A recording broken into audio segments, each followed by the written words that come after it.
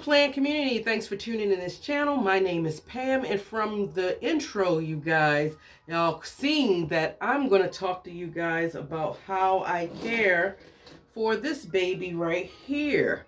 I freed it from its home just so that you could get a close-up of this beautiful Peperomia Hope. And I just want to share with you some care tips of what I do to keep this baby living and thriving in my conditions.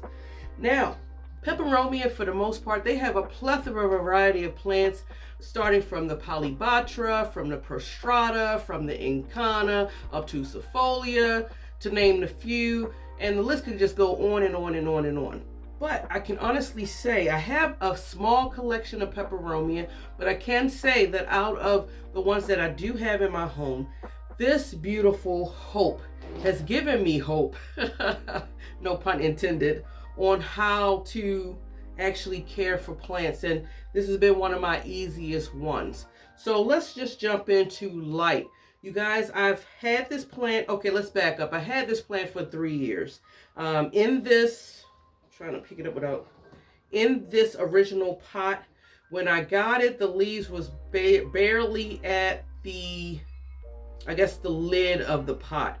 And for 3 years, I've gotten all of this growth, as you can see, and it's been hanging in here ever since I've gotten it in this sunroom. It hasn't really moved out of this room, and it was hanging directly in a southeast facing window, where it's getting very bright light, really all the way around, honestly. So the lighting, I do know that this thing thrives and is happy with a bright light situation.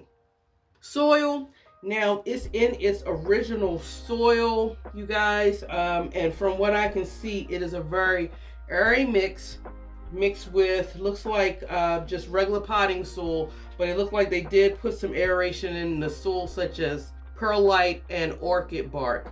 And it likes this particular soil. Today, you guys, we're going to pot it up, so I'll share with you as far as the soil that I'm going to be using for it. But it loves aeration of the soil. You want to keep in mind these leaves are very succulent, and not only is the leaf succulent, but the stem itself is succulent as well, which goes into the watering.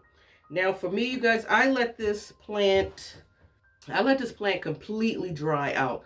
I mean, bone dry. And usually I don't water it until these leaves are pliable to me. If I'm able to bend it like I'm doing now, I know this plant probably needs water, which is another reason why I'm up potting it, because I'm watering it more often than what I used to. But you can pretty much squeeze it. And another indicator of when I know it's time to give it water, and I'm hoping, this plant is so long, you guys, I'm trying not to hurt it, but I wanted to share. I don't know if the camera is going to pick it up, but I'm hoping that it does, so y'all can see. See these leaves right here? It's kind of like a wrinkle look. I usually also wait for the leaves to not only be pliable, but sometimes for it to be a little bit wrinkled. And I give it a very good douse of water at that point once that does happen. And it tends to love it. I think the key is you have to let this plant completely dry out, because it does store water in its stem as well as the leaves. So that's very important. Now, as far as the pest, you guys, I have to say, knock on wood, I have not had any experience. I haven't had any personal experiences with pests, which is extremely remarkable, because as y'all can see, the plant is super long. I've had it in that macrame hanger for years. The way that I had it designed, it was extremely hard for me to actually pull it out. So I'm saying all of that to say I've never took this plant to the sink or even outside to give it a good spray down or anything like that, and I have not had any pest issues. But it also at the same time has not had or given me any type of issues like yellowing leaves or anything. At best that I'm about to share with you and show you, I will have dry leaves because I try my best. This whole thing is dry stem, because I do try my best to make sure that I don't overwater this plant, because the water and the light, I think, is the two key pieces to success with this plant. I really do believe that. Now, we're going to pot this plant, or repot it, which was another reason why I freed it before I even started this video. It took me some time to actually free this baby because the way the macrame was designed, and I don't think that I will be able to put it back in there. So I will have to find a new spot for it. In regards, and when I mean new spot, you guys, I'm talking about a spot in here. I would not dare try to take this plant, I think, and actually put it inside my home, because like I said, I've been growing it in this sunroom its entire life, and I think putting it inside my home would be a complete disruption. So whenever I make changes to where I'm putting my plants, I try to make sure it's still in the same vicinity to where it was, so that way it won't be too shocking. Like I said, I will move this plant, and if by chance it starts to take a little decline in some kind of way, I will probably try to figure out how I'm going to have it pushed back up against this window. But I feel confident enough. Look at this, you guys. Isn't this crazy? I mean, guys, look at this. It's beautiful. And another way you can also tell that it is getting ample light, you guys, and I want to point this out to you, is look at the internode spacing. So the internode spacing is the space in between one node to the next is shorter and shorter. But as it, well, no, actually it's been doing it all the way to the end. So believe it or not, yeah, I thought, wow, okay. You see how this one right here is a beautiful example of, it's an indicator of it getting a lot of light. If you see that, it's very beautiful as far as look at the leaves, is very close together. If you saw that it was a lot of space, then you know that's another indicator that the plant is not getting as much light as it would love to get. So I'm trying to actually, wow, I don't want to mess this plant up. A little nervous about up-potting it, but it needs to be done. And I want to do it now as we prepare to get into the growing season so that it can be healthy and thriving. So I'm probably going to bring the camera down a little bit so you guys can see exactly what I'm doing. Okay. Y'all just bear with me, please. Okay, so yeah. You're not going to see my face, which is fine. But this time, you guys, I'm going to put it in a clear pot. So it's almost the same diameter a little bit, but the pot, if y'all can see, it is higher up, which means it's going to be a little bit more deeper, and that's pretty much what I want. I don't really want it to be in too big of a pot, because peperomia roots, even though their leaves and their stems are so thick and beautiful and succulent like, they have a very fine root system. So I do believe, in my personal opinion, that they like to be crammed up, the roots. And I'm going to be using my potting medium here. And I'm going to show y'all exactly what it is. It's just, let's see, try not to make a mess. I have, making a mess. Let's see. Just want, it's very coarse because I have I have cocoa chips, I have perlite, I have, I would say about 25% soil. I have also pumice in here as well. And look, it makes it a very airy soil. And you can test the aeration of the soil. If you're able to squeeze your soil like this and you let go and it's just coming to pieces like you saw, then it's very aerated. You would know that it was not aerated, you guys, if it did a snowball effect, meaning that if you squeezed it and it stayed as a ball. That is a good indicator that it does not have enough aeration in the soil. And if you ever want to test that theory out, I would recommend you trying, if you are one of those people that buy maybe potting soil, before you start adding your amendments to it, try giving it a squeeze. It may fall to pieces, but it's going to be like a little bit more firmer than what you guys saw here. This is what you want. You want it to be nice and airy and kind of loose. And so that's the mix that I'm using today. I have a little plastic cup. That's going to be my little scooper. But here comes the hard, interesting part. Let's take a look at it. It's going to be kind of hard because I do have the peperomia wrapped around this makeshift trellis. And I'm really hoping, you guys, I don't have too many casualties. Oh, goodness. Now, technically, you guys, when you do a repot, you want to repot your plant, say at least every 2 years. And I'm only repotting it not because, like I said, I feel like I'm watering it more often. Now, I want to see if I can pick it up. It's not root bound by any means, you guys, from what you can see here. It's just that I'm trying to...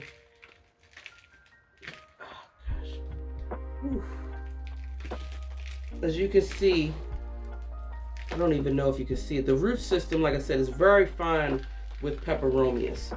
But because it's been in this original soil, I just want to give it fresh soil with fresh nutrients as well, just so that I can maintain the health of this plant.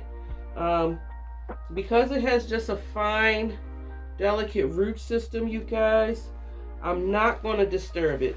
What I did do is I just wanted to remove some of the topsoil, and as you can see, this is an example of crispy leaves when I do let it dry out.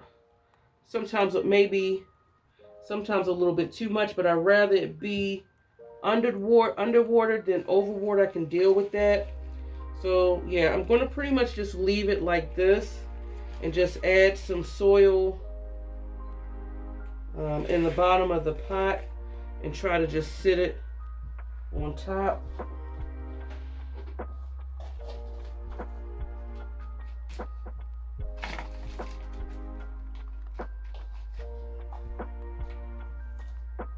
This time I usually would put like a mesh wiring underneath of here.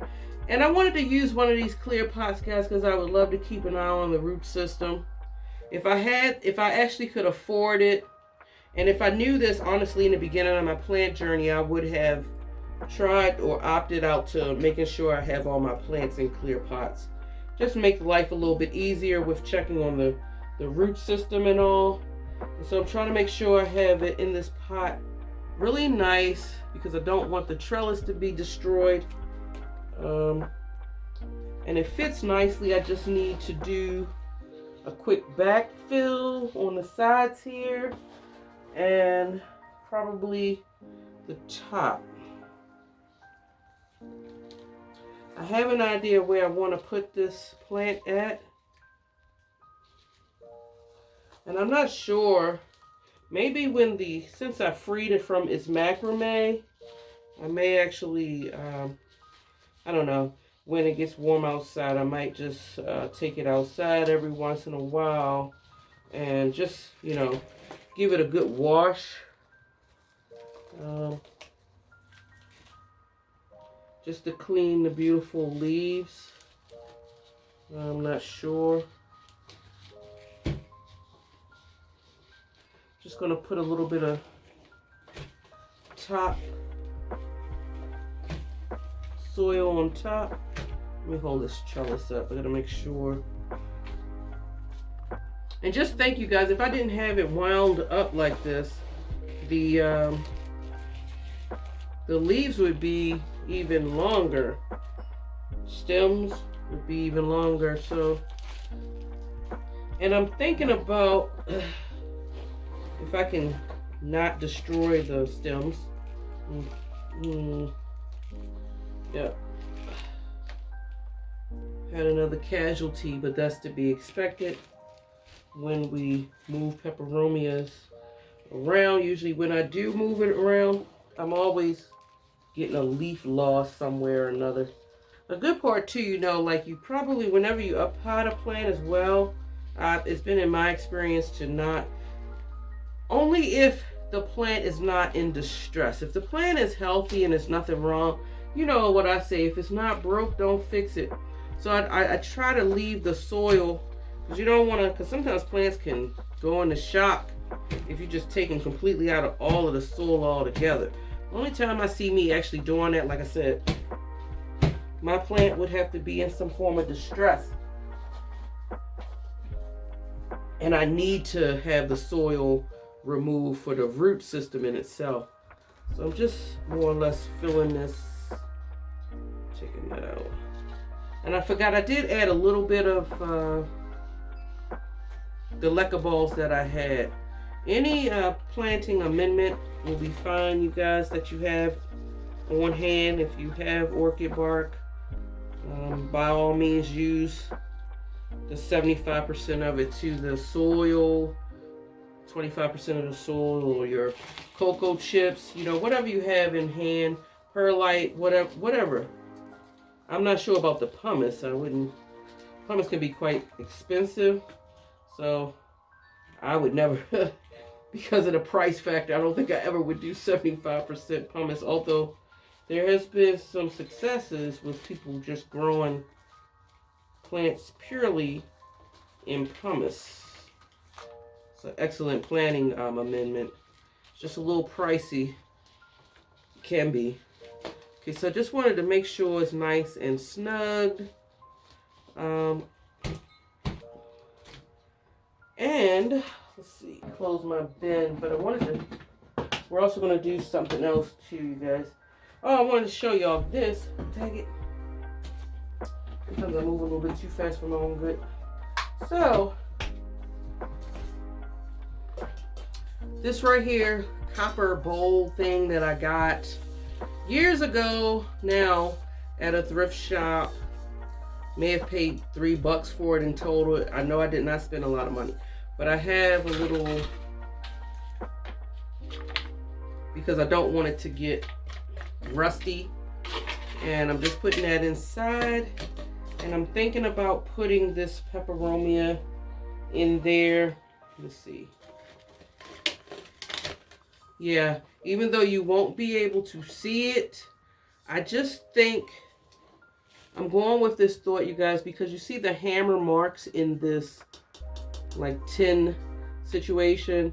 I think the hammered marks kind of play off the little dimpled imprint of the leaves itself.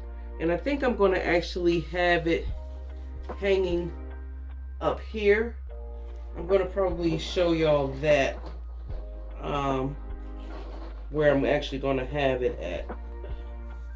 But let me get cleaned up here, because we need to move on to the next part that I want to talk about. So give me a second. I'll be right back. Okay guys, so now I brought your attentions down here. Of course, with me moving that Peperomia Hope out of the macrame, potting it up, as you can see. Anytime, usually if I move it or touch it in a certain way, there can be a few casualties here, which kind of plays into the final thing that I wanted to talk about in regards to peperomia, and that's just the fact that they are, I think, easy to propagate, and which is probably what I will be doing with these leaves right here, and what I will also be doing with this stem right here. So before we do that, I had already prepared some propagation techniques, and I don't know which one works, because let me show you this right here. This is the first and the only propagation that I actually did right here, directly in soil. When I first got the plant and I moved it, I had it sitting on my table over here, and when I got that macrame, I moved that plant and put it in the macrame 3 years ago. And in the midst of me doing that, I believe I had 3 or 4 leaves, 4 of these that fell. And I was actually going to put it in the trash, but this is very early on in my plant journey, and I said, you know what, I believe you can go ahead and propagate it by just plopping it into the soil. So you see, as long as it has the tip that you see right here, you can just stick it in the soil. And so that's what I did, and I'm probably going to do that with this right here. But again, guys, I did this 3 years ago, and this is what finally came out of it. So I don't know if soil propagation would be considered the fastest. I can say that it does work, but it takes time. I did not really start seeing growth come out until literally this past growing season, you guys. So the whole time the leaves was just sitting in here, and I was trying my best to keep it watered, and I checked a few weeks to try to tug on the leaves and they weren't coming out. So I knew that roots had created, but for some reason it took a minute, a serious minute, for me to get just this. But it is cute nonetheless. So I just plopped a few of them in here just to help maybe fill this out. And maybe, who knows, maybe in a year or two, I have another little small peperomia situation going on. Now here, these propagations right here, I did literally a little over 2 weeks ago. So I don't know if this would be considered 4 different ways or a total of 3. And the reason why I say 3 as opposed to 4 is because these 2 right here is pretty much the same type of propagating method, but I used 2 different type of amendments. So here, I just had the stems that fell. I think I cut it or something. Anyway, I just plopped it right into water. And let's see, let's take a look. Okay, so we can see all of them did not start rooting yet, but I do see 2 in particular that look like have taken. Actually 3. Let's see if I can share so y'all can see exactly what they look like. And this is what I mean about peperomias, and their root system is extremely fine. So we had about 4 that looks like they're starting to root. This had absolutely nothing on here, but I said, let me just stick it in water anyway and see what happens. And I did just that, and it's a little bit, you see that little bit of root sticking out. So I don't know if leaves would come out of this or not, but it can't hurt, right? This one has a little bit of growth going along here. And again, these are where the nodes are. So this one is the one that rooted the most so far. Keep in mind, this is 2 weeks of being in water. So I would not plant this up yet until it gets at least 2 inches long. And considering that these root systems are fine, it's been in my personal experience, you guys, to actually, I would wait. By the root system being fine, you want the best success, right? So for me, I would wait for the root system to get way longer, maybe way longer than 2 inches. And also too, it would have to be a lot of roots for me to feel comfortable enough, because the root system is fine. So what I just did is I just tore these leaves off, which is fine, because I need this node is what I need to actually put in the water. But I'm not sure, you guys. I almost want to say you could put it anywhere and it would root from the stem, but I don't think that that's the case. Let's see. So I'm just gonna plop that one in water, and then the rest of these I can either put in soil or the other propagations. And this is going to be great because we still have a few more months, or at least a month or 6 more weeks, or who knows, of winter before spring actually kicks into action, and this will actually start off. So this is my first time actually looking at these as well. I took these stems, or these little leaflets, and I have them one in, this is perlite propagation, and this is sphagnum moss propagation. I had them in a sandwich bag just to close it up and keep the humidity. Excuse me, and I've had both of them sitting inside of my sunroom where it's getting that southeast facing light. Not really too much of a under Sancy. And so let's just take a look together and see exactly what's going on here. As you can see from this propagation in the spag, it is still more moist, but one leaf has rotted out, which is fine. You want to keep in mind whenever you do propagations, all of them will not take. Okay, so this one did not. The leaves they feel firm, and actually, so the fact that they're hard, I know that they haven't rooted yet. Let's see. No roots. Yeah, no roots. So, and again, this is 2 weeks. So we may either need one or two things. Sometimes it takes certain plants a long time for it to root, or I need to put these things under a Sancy light. But because of all of this condensation that I'm seeing here, I don't think that's an issue. So I'm not in a rush with these babies. I'm just going to let this one just do its thing. Like I said, this one took years to propagate. Who knows? Maybe this will take some time for it to root. Okay, so this is the one in perlite, you guys. Same situation. Looks like one leaf has rotted off, even though it's real hard and firm. And these other ones, they still look fine. Look like they're not damaged. Let me see if any of them has rooted. Okay. Doesn't seem like... Okay, this one might have... This might have a little something on there because you have the perlite is sticking to it. And I don't want to pull at it or tug at it. So I think it might be some kind of rooting trying to go here. Nothing there.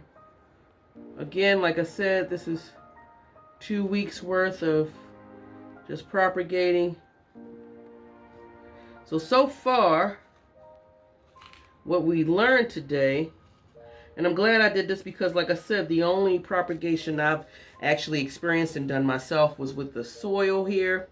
But we've learning so far that the best success, or the fastest, you guys, for those of you who are not patient out there, it looks like the water propagation would be the quickest way to go outside of just plopping it into soil or other planting mediums. Will they not grow? That's not to say that they won't grow. But if you are impatient and can't wait and you want something a little bit more sustainable, something rooting quicker, I believe the proof is in the pudding, or time will show more or less that the water propagation is the way to go.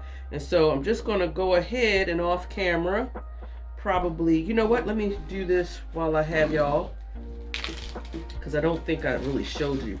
So it's very basic. You're just more or less just taking it, you're finding a spot in the perlite, you're making sure that this stem, see the stem part that's sticking out from the leaf, we'll make sure that it's actually in,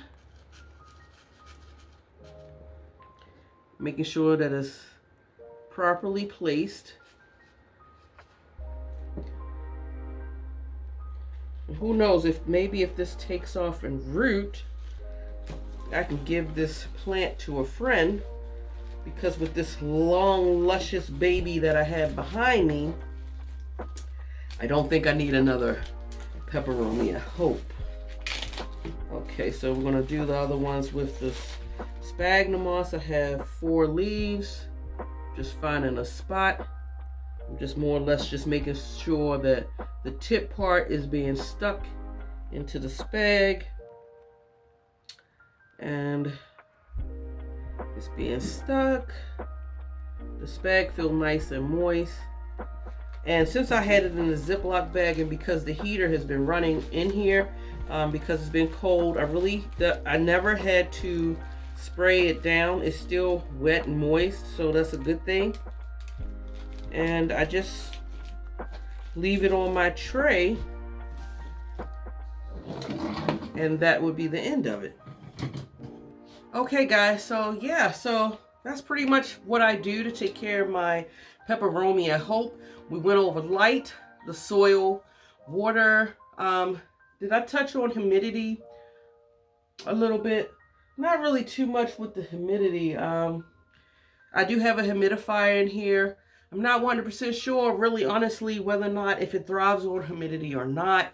It's always been in this room. And I didn't always have the humidifier in here, at least the first year that I had the Peperomia Hope in here.